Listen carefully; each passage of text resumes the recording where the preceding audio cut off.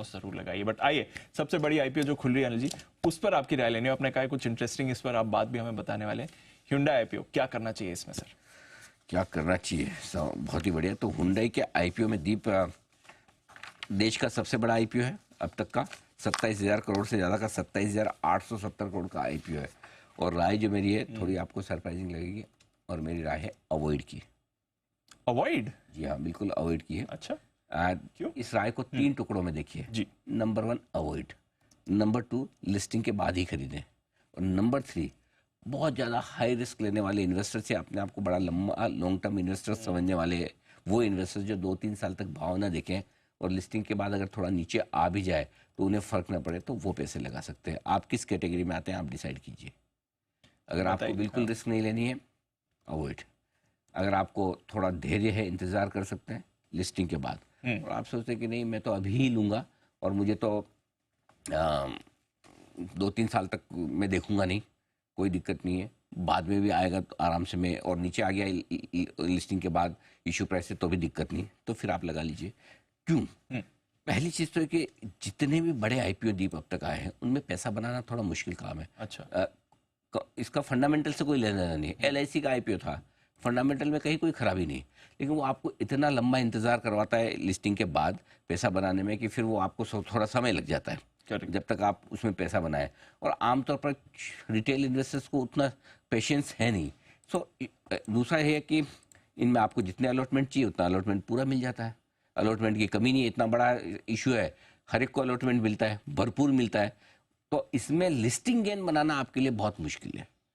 अच्छा, listing gain बनाना बहुत मुश्किल है, इसलिए उस एंगल से आप पैसा न लगाएं कि मुझे लिस्टिंग पे ही पैसा बन जाएगा। ठीक है। अब आइए कंपनी में क्या पॉजिटिव है, और मैं फिर बता दूं कंपनी में पॉजिटिव ज़्यादा नेगेटिव। देखिए, पॉजिटिव नेगेटिव अपनी जगह है और पैसा बनाना दूसरी जगह है। तो आप आईपीओ में पैसा बनाने के लिए लगा रहे हैं तो फिर आपको रुकना है, और आप खाली पॉजिटिव देख के लगाना चाहते हैं फिर तो कंपनी में कोई कमी और खराबी नहीं। क्या अच्छा है, बहुत स्ट्रॉन्ग ब्रांड है Hyundai की, ब्रांड ग्लोबली और हमारे यहाँ भी मजबूत है, प्रमोटर्स शानदार है, कोई दिक्कत नहीं है।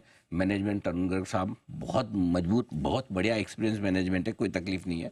दूसरी सबसे बड़ी कार कंपनी है हमारी मारुति के बाद, नो डाउट मारुति और इनमें फ़र्क बड़ा है। मारुति का 40% मार्केट शेयर पे, 14 पे है, लेकिन फिर भी दूसरी बड़ी तो है ही है।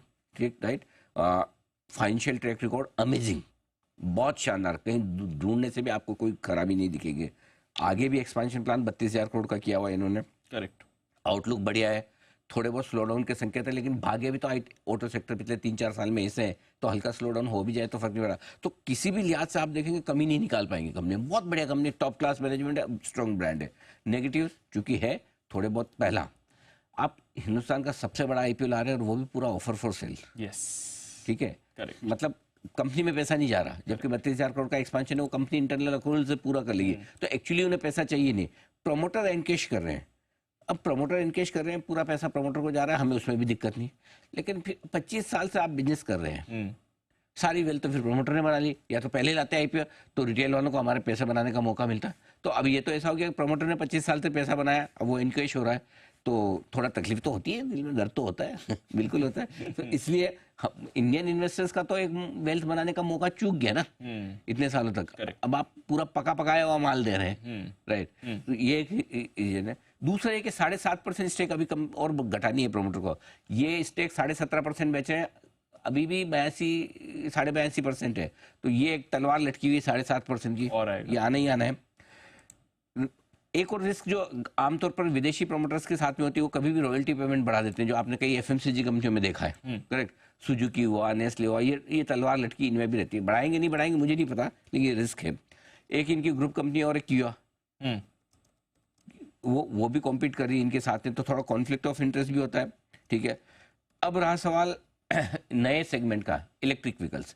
इलेक्ट्रिक व्हीकल वाला सेगमेंट जो है ना, वो थोड़ा सा इनका अभी मजबूत कम है कंपैरेटिवली, टाटा मोटर्स वगैरह वो ज़्यादा मजबूत है। और आखिर में है वैल्यूशंस, और ये पॉइंट बड़ा इंटरेस्टिंग है दीप। वैल्यूशन में देखिए हुंडई के केस में क्या है, हुंडई के केस में कंपनी का जो पूरा, इनकी ग्लोबल कंपनी हुंडई है, इसके रेवेन्यू में 6.5% रेवेन्यू यहाँ की कंपनी देती है और 8% प्रॉफिटेबिलिटी। ठीक है, ये और इनका 42% मार्केट कैप हुंडई से आ रहा है। मतलब ये कंपनी सिर्फ 6% और तो मतलब इतने महंगे वैल्यूएशन पे आप दे रहे हो। Correct sir. इनके खुद पेरेंट के रेवेन्यू कंट्रीब्यूशन 6% है, रेवेन्यू कंट्रीब्यूशन प्रॉफिटेबली 8% ही है। ठीक है, यही मारुति का देखिए, मारुति का रेवेन्यू 41% कंट्रीब्यूशन है। ठीक है, और सिर्फ 23% मार्केट शेयर परसेंट सुजुकी के मार्केट कैप पे।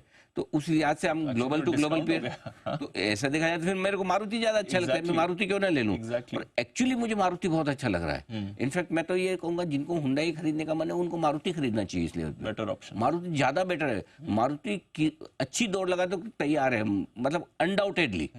और ज्यादा थोड़ा अगर, क्योंकि आपको एकदम एप्पल टू एप्पल कंपेयर करना है तो मारुति पैसेंजर व्हीकल, और ज्यादा डाइवर्सिफाइड लेना तो मैं टाटा मोटर्स ले लूंगा। तो इसलिए कंपनी में प्रोमोटर में कोई खराबी नहीं, लेकिन हमें तो पैसा जहां पैसा बनेगा वहां लगाना है, और उस हिसाब से हम अवॉइड करेंगे। अवॉइड की सलाह।